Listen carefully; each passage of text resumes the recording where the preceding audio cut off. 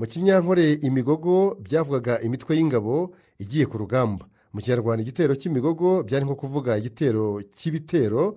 Igitero cyari kigamije kwihorera kubera ibitero bya Ntare wa gatanu Rugingiza rwa Migereka wanyaze inyambo za Rwabugiri.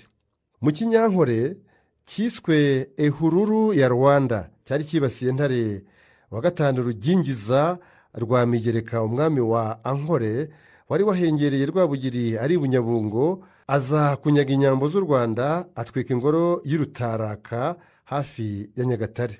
Ikaze kuri umuyoboro JDS uburyohe bw'imyandiko aho yumvira icyanga cy'amagambo. Uyu munsi icyanga turakirebera mu gitero cy'imigogo, isomo rikomeye u Rwanda rwasigiye Uganda. Ibi bikubiye mu nkuru yasohotse mu gitangazamakuru Igihe hari mu kwezi kwa karindwi 2019. Icyo gihe hari hashize iminsi mu itangazamakuru havuga umwuka mubi hagati y'u Rwanda na Uganda. Ubuyobozi bukuru bw'ibihugu byombi bwagiye bugira icyo bivugaho mu bihe binyuranye, ndetse hakibutswa ko hambere ingabo zabyo zarwanye ku mugaragaro zirwanira muri Repubulika na Demokarasi ya Kongo mu mujyi wa Kisangani, iza Uganda zikahatakariza abasirikare benshi n'ibikoresho bitagira ingano. Aho niho habaye intandaro y'intambara igenda itutumba buri gihe, abantu bakagenda bayibazaho. Umuntu akaba yagira amatsiko yo kumenya uko u Rwanda na Uganda byari bibanye mu bihe binyuranye na mbere y'abakoloni. Mwibuke ko ibi bikubiye mu nkuru yasohotse mu Gihe hari mu kwezi kwa karindwi 2019. Muri iyo nyandiko y'igitangazamakuru Igihe bibanze ku gitero cyiswe igitero cy'imigogo, aricyo cya nyuma Rwabugiri yagabye muri Ankore kigasiga kiyogoje Uganda. Mu kinyankore imigogo byavugaga imitwe y'ingabo igiye ku rugamba. Mu kinyarwanda igitero cy'imigogo byari nko kuvuga igitero cy'ibitero. Igitero cyari kigamije kwihorera kubera ibitero bya Ntare wa gatanu Rugingiza rwa Migereka wanyaze inyambo za Rwabugiri. Mu kinyankore cyiswe ehururu ya Rwanda cyari cyibasiye Ntare wa gatanu Rugingiza rwa Migereka umwami wa Ankore wari wahengereye Rwabugiri ari Bunyabungo, aza kunyaga inyambo z'u Rwanda, atwika ingoro y'Irutaraka hafi ya Nyagatare. Imvano y'igitero ni iyihe? Umugabo w'iki gitero yari Nyamuhenda wa Kajeje wo mu mutwe w'ingabo witwaga Ibisumizi. Cyagabwe mu kwezi kwa kabiri 1894. Iki gitero cyari kigamije cyane cyane kwihorera no kugaruza inyambo zari zanyazwe ku ngufu n'umwami Ntare wa gatanu Rugingiza rwa Migereka wa Ankore. Uyu mwami muri Ankore yitwaga Rugingiza, akajya yinginga abatware bo ku mipaka y'u Rwanda ngo bazamuhakirwe kuri Rwabugiri amuhe inyambo, dore ko zabaga mu Rwanda gusa. Rwabugiri amaze kumubera ibamba, aza guhengera yaratabaye mu Bunyabungo, inyambo ziranyagwa n'urugo rw'umwami ruratwikwa, inkuru mbi itaha i Bunyabungo, ingabo zose zigaruka i Rwanda. Rwabugiri abimenye atoranya imitwe y'ingabo z'ibihangange irimo umutwe w'Irityaye, Inyaruguru, Ndushabandi, Abamaragishyika, Ijuru n'indi, maze anoza umugambi wo gutera Ntare wa gatanu Rugingiza rwa Migereka. Ubwo Ntare wa gatanu Rugingiza rwa Migereka yanyagaga inyambo akanatwika urugo rw'umwami, umutware warwo Kinyamakara cya Ndenzi ntiyari ahari. Amaze kumenya iyo nkuru yasanze azabizira, ahita ahungira muri Ankore, ajya kuburira Abanyankore ati nimwumva ko Rwabugiri yaje kwihorera muzazinga utwanyu muhunge, kuko mutashobora guhangana nawe. Ntare wa gatanu Rugingiza rwa Migereka ntiyahise abyemera, nuko yohereza intasi ye Munanika iza mu Rwanda ivuga ko ihunze, yakiranwa icyubahiro.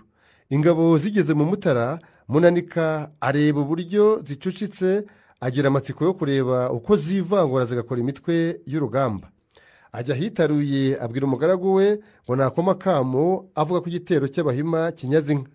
Za ngabo ko zakabaye zihita zijya mu mitwe yazo, umurari ku wundi. Munanika akubitwa n'inkuba, atorokera Mbarara, abwira Ntare ati nimuhunge vuba na bwangu, kuko mutashobora guhangana n'ingabo za Rwabugiri. Mu 1894 Abongereza bari barageze muri Uganda, bari barubatse amazu ya kizungu, ari naho haturutse imvugo y'uko Rwabugiri yifungiranye mu rutare, ari rwo imwe muri izo nzu. bari bafite n'ingabo zirwanisha imbunda z'icyo gihe zitwaga za makoba. Abanyarwanda ntazo bari bafite, ariko bari bazi uko zikora. Ingabo z'u Rwanda zavogereye Ankole yose zigeze Mbarara. Rwabugiri ihema rye arishinga i Kanyamisisa. Abanyankole baratera, barasira rimwe, Abanyarwanda bakaryama hasi, bakababyukana batarabona igihe cyo gushyiramo andi masasu, bakabahata imyambi n'amacumu. Nuko barabirukankana, babica umugenda, haba icyorezo mu ngabo z'Abanyankole. Ingoro ya Ntare wa gatanu Rugingiza rwa Migereka barayigabiza, hasahurwamo imbunda, inigi zitagira uko zisa n'ibindi.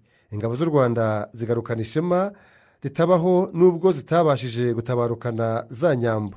Imyiyereko ibera i Gatsibo, bakomeza imihango y'umuganura. Bageze i Rugobagoba bamenya ko Ntare wa gatanu Rugingiza rwa Migereka yapfuye azize umusonga. Umuhima waje kumubika yiyahurira i Rugobagoba, asanze atazagera amahoro muri Ankole. Rwabugiri yageze mu rugo rwe rw'Igihogwe, amenya inkuru mbi y'uko Abashi bayobowe na Rutaganda banyaze inka z'umwami yari yarasizeyo, agabayo igitero cya nyuma ari nacyo yaguyemo. Abatekereza bavuga ko ageze mu Bunyabungo mu kirwa cya Ibinja yamerewe nabi cyane, ahinda umuriro udasanzwe, bamutahukana igitaraganya ahita atanga. Bikaba binavugwa ko Abashi bashobora kuba baramuhaye uburozi. Amasomo umuntu yakura muri iki gitero ni ayahe? Ibikorwa by'ubushotoranyi bishobora kubyara intambara, ukamenya uko itangira ariko ntumenye uko irangira. Indonke ukura mu ntambara zishobora kukugiraho ingaruka mbi, zikagutera kwicuza, kandi akarenza umunwa burya karushya ihamagara, ni nk'akarenza impinga burya. Amateka asa n'ayisubiramo. Intambara Uganda yagiye ishoza ku Rwanda, igitero cya mbere n'icya kabiri cy'Abanyoro, igitero cy'Imigogo, intambara ya Kisangani ndetse n'izindi, zarangiye ziteye igihombo n'ipfunwe bihora ari nk'inkomanga. Amakimbirane hagati y'ibihugu by'ibituranyi kandi bifitanye amateka y'ubucuti bukomeye ntakwiye guhora ahemberwa n'umuyobozi runaka ugamije inyungu ze cyangwa ufite inzigo yo kwihorera.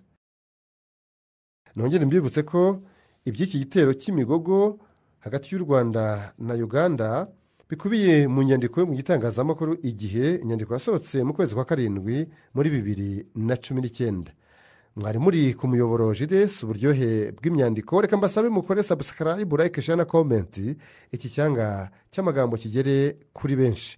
Ni icyanga twakuye mu mwandiko ugira uti igitero cy'Imigogo, isomo rikomeye u Rwanda rwasigiye Uganda. Naho ubutaha, ciao ciao.